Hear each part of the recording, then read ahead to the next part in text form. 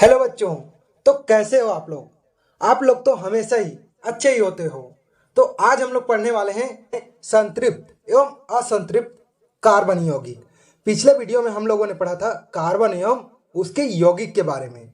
तो चलो आज हम लोग जानते हैं संतृप्त एवं असंतृप्त कार्बन यौगिक क्या होता है। तो सबसे पहले हम लोग देखेंगे संतृप्त कार्बन यौगिक। हाइड्रोकार्बन में यदि कार्बन की चारों संयोजकता एकल बंध मतलब सिंगल बॉन्ड द्वारा संतुष्ट हो जाता हो तो उसे ही हम क्या कहते हैं?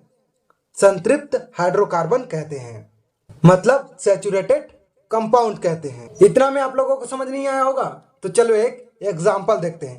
अब हम लोग ले लेते हैं एक हाइड्रोकार्बन। अब आप लोगों के माइंड में एक सवाल आ रहा होगा कि हाइड्रोकार्बन क्या होता है। तो बच्चों, हाइड्रोकार्बन वही यौगिक होते हैं जो हाइड्रोजन और कार्बन से मिलकर बने होते हैं। तो ऐसे ही हम लोग यौगिक क्या देखते हैं? C2H6 एथेन देखते हैं, जो किससे मिलकर बना है? कार्बन और हाइड्रोजन से मिलकर बना है। तो इसका यदि हम मॉलिक्यूलर स्ट्रक्चर देखें तो क्या होता है कि कार्बन कार्बन सिंगल बॉन्ड से जुड़ा हुआ है और हाइड्रोजन और कार्बन भी सिंगल बॉन्ड से जुड़ा हुआ है। तो ऐसे मॉलिक्यूल स्ट्रक्चर को हम लोग क्या कहेंगे, या ऐसे कंपाउंड को हम लोग क्या कहेंगे? सैचुरेटेड कंपाउंड यानी संतृप्त यौगिक कहते हैं।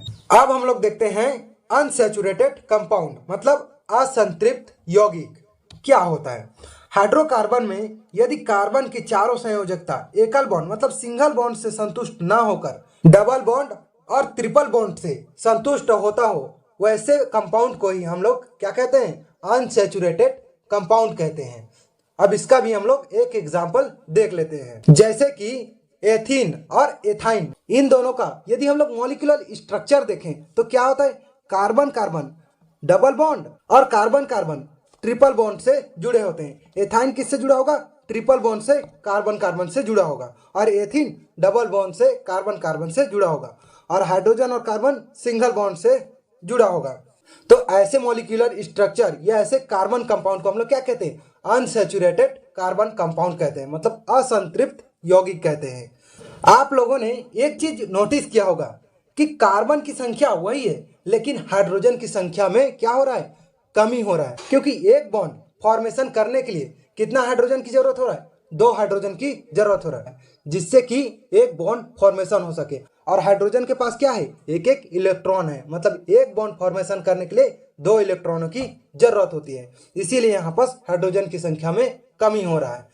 तो समझ आ गया संतृप्त यौगिक और असंतृप्त यौगिक क्या होता है। तो आज के लिए इतना ही, मिलते हैं नेक्स्ट टॉपिक में।